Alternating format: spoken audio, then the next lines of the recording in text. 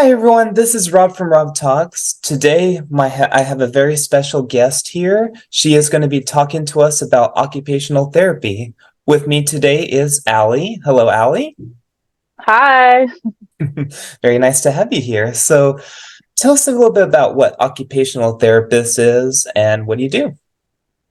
Yeah, so occupational therapists work with anyone with some kind of a condition, disability, anything that affects their ability to participate in everyday activities.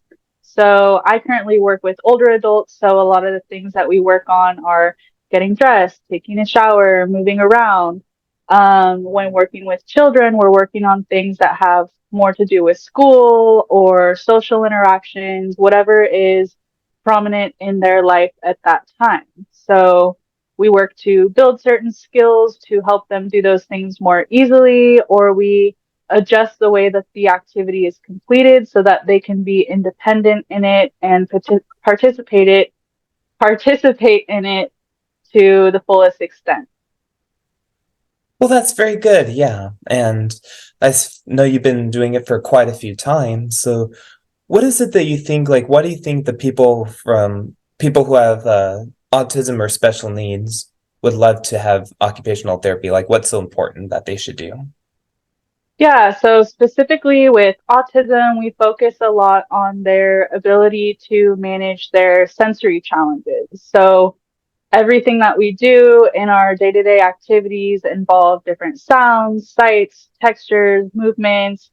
If someone has a sensitivity to those things, we work with them to do the activities that they need to and kind of manage those sensory challenges. So, for example, if someone has a hypersensitivity to sounds and they're unable to focus or participate in the classroom setting, we may work with them to find things like noise canceling earbuds or work with them to kind of become desensitized to those sounds so that it doesn't impact their ability to do what they need to do in the classroom setting or make friends or engage with other people socially. Um, on the other end of the spectrum, if someone is a sensory seeker and they are constantly looking for ways to fulfill these different sensory needs like jumping, spinning, tactile sensory seeking, their body is craving these different sensory inputs and they're unable to, again, focus on that necessary task, we may work with them to provide some sort of a sensory diet, identify what their sensory needs are.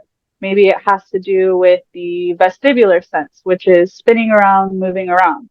Maybe they need a certain amount of that kind of activity throughout their day in order to feel regulated and be able to focus on their schoolwork or whatever it is that they need to do during the day. That's good. And everybody, you may realize and remember about the other videos I've mentioned about the stimulations or the perfect playtime skills and the skills and the toys of what can be played with. So, yeah, and I think Ellie is very motivated and gets deep about like what sort of objects and tools as for sensory input.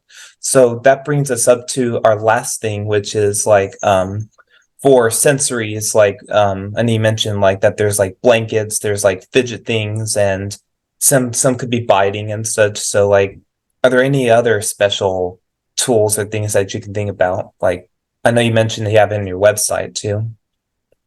Yeah, so I think the important thing is to first recognize, are they sensory avoidant? Are they overstimulated by certain things? They're avoiding things, or are they sensory seeking?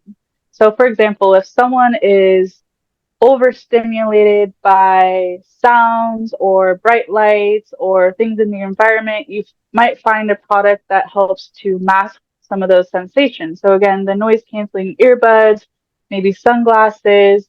If someone is sensory seeking and they need certain things to feel calm or regulated. For example, it might be deep pressure. They really crave deep pressure. It may show up as crashing into different items or touching things, squeezing things. You may provide them with a weighted blanket. It's going to provide them with that deep pressure sensation, but they can still remain in their seat and focus on their schoolwork. So identify if they're a sensory seeker, sensory avoidant, try to identify the type of sensation that it is. So using very simple terms, we have the sense of sight, so things that we see, sense of smell, sense of taste, the sense of touch. So this is different textures. It may be clothing.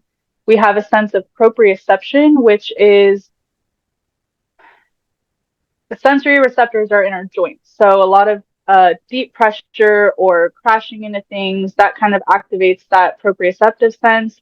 And then we have the vestibular sense, which is activated by movement of our head. So it might show up as spinning, hanging. So figuring out what sense it is that your child is seeking or avoiding, and then finding the right product to kind of satisfy that need.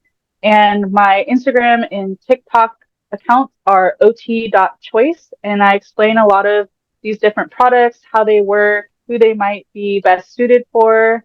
And also on my website, ot-choice.com, I break down some of the different ways that you can use these products and, again, who they might be best for. And if your child is in school, I would definitely recommend requesting an occupational therapy evaluation, and they can help to identify what their sensory needs are and help you with identifying those products that might be helpful. Well, thank you, Ali. And we'll put all the descriptions, all your websites and your TikToks and your information all in the description of this video. And that concludes for our Rob Talks today. Please like and subscribe for more videos and follow Ali too. We will put that hers on the website of here. And we will all see you next time. Bye. Bye. Thank you.